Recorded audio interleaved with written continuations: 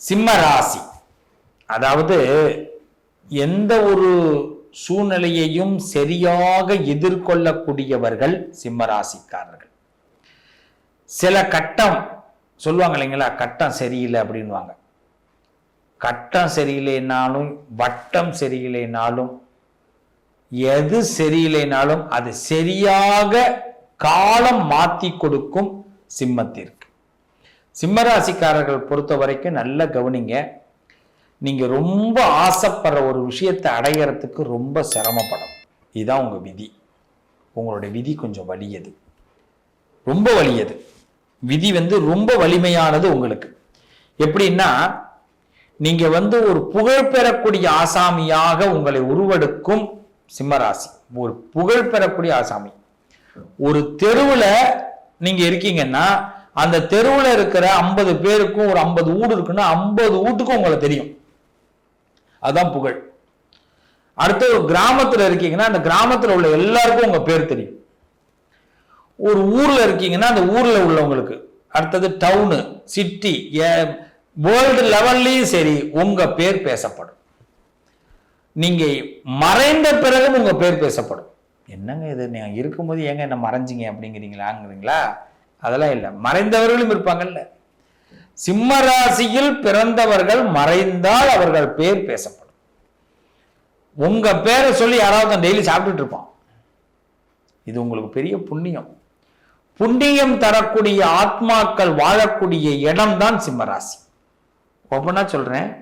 நிறைய அன்னதானம் போடக்கூடியவர்கள், அன்னத்தை நிறைய பேருக்கு கொடுத்து வாழக்கூடியவர்கள் சிம்மராசியில் பிறப்பவர்கள்.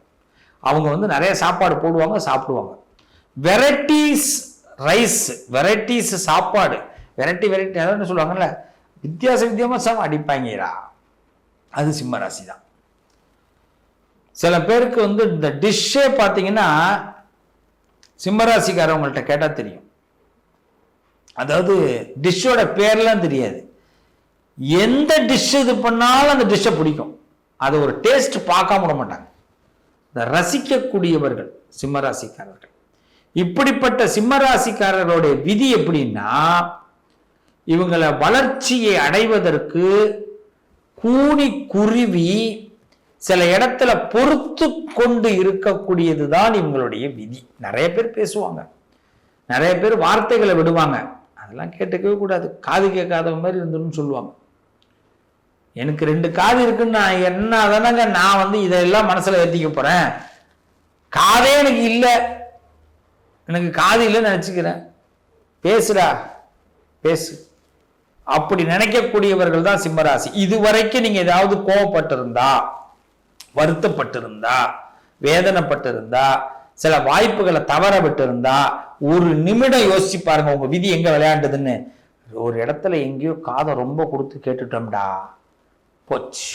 அந்த காது கேட்டதுனால மனசுக்கு பொறுத்துக்குள்ள வாயை விட்டுட்டோம், வாயை விட்டதுனால வாழ்க்கை போச்சு. இப்ப சிம்மம் தெளிவாயிடும்.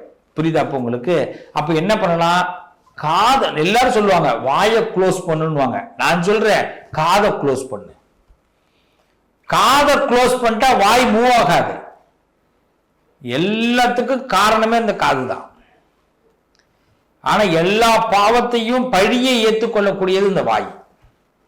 இந்த கண்ணும் காதும் பண்ற வேலையில வாய் பாவம், அது மட்டும் மென்னுகிட்டு கிடந்தது. அதுக்கு மெல்ற வியாதி, ஒவ்வொன்றுக்கும் ஒரு வியாதி இருக்கும்ல, வாய்க்கு மெல்ற வியாதி. அது என்னன்னா எதையாவது மெல்லணும்.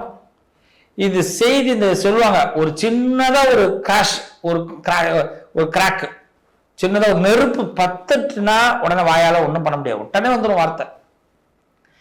அதுக்குதான் நான் எப்பயுமே சொல்லுவேன், வாயை அடக்கிறத விட கண்ணும் காதையும் அடக்கணும். அதை விட முக்கியமா காதை அடக்கணும். இதுதான் சிம்மத்துடைய பெரிய பலம்.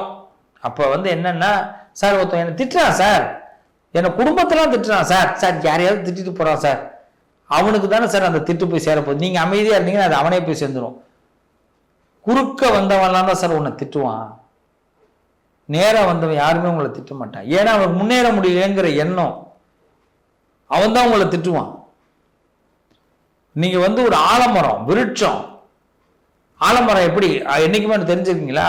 ஆலமரம் சீக்கிரம் வளராது, ரொம்ப பொறுமையா டைம் எடுக்கும். சீக்கிரமா முடியாது. ஆலமரத்தை நீங்க வெட்டி பாருங்க, ஒரு அதுக்குன்னு ஒரு வண்டி வச்சுதான் வெட்டணும். ஒரு கோடாரி வச்சுட்டு ஆலமரத்தை வெட்டிட முடியாது. ஆலமரம் வந்து வளர்றது லேட்டு, அதை வெட்டுறது லேட்டு. வளர்ந்துருச்சுன்னா விழுது விழுது விழுத உட்காரும்.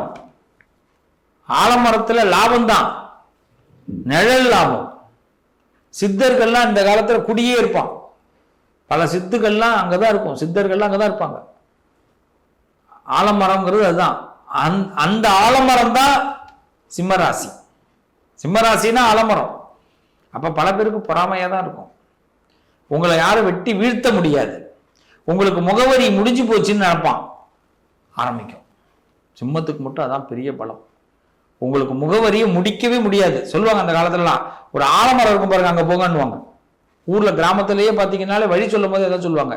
இன்னைக்கு அடையாறுனாலே ஆலமரம் தானே அவன் வச்சுங்க. சென்னையை போய் பார்க்குறோம், இன்னைக்கு எத்தனை பேர் அடையாறுல ஆலமரம் போய் பார்த்துருக்கீங்க? பார்த்துருக்கீங்கல்ல? ஆலமரம்ங்கிறது ஒரு பெரிய நமக்கு ஒரு முகவரி. அப்ப சிம்மராசிக்காரர்கள் பல பேருக்கு முகவரியா இருப்பாங்க. அவங்கள சாதாரணமா இட போட முடியாது. ஆனா அவங்க ஒரு இடத்துக்கு அடைகிறாங்கன்னா விதி அவங்களே அடைய விடாது.